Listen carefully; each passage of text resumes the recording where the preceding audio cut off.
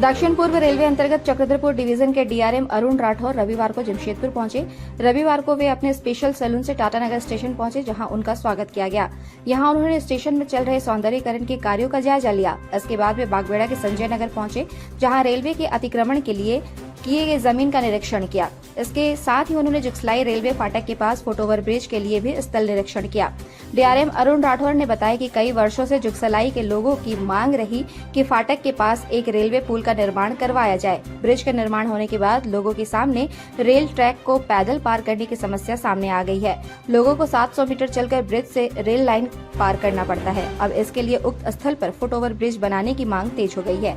इसको लेकर आज उन्होंने उस स्थल का निरीक्षण किया जहां फुटओवर ब्रिज को बनाया जाना है। उन्होंने कहा कि स्थल निरीक्षण पूरा होने के बाद काम भी जल्द ही शुरू हो जाएगा।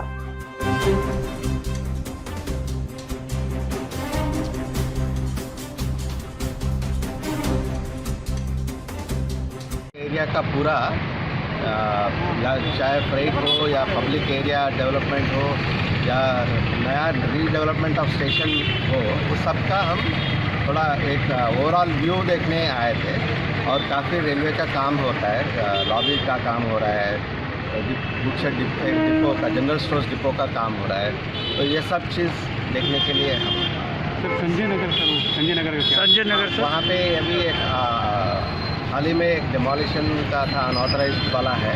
तो ओवरऑल प्लानिंग में वो हम कैसे इंटीग्रेट करना है उसको भी देखना था।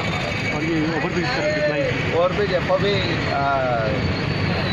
साइट कहाँ चूज़ किए और ठीक रहेगा या नहीं, वो उसके लिए है। कुछ नया सर नहीं, कुछ नया नहीं है, बस बनेगा। अभी जल्द से जल्द बनने का ही प्लान है।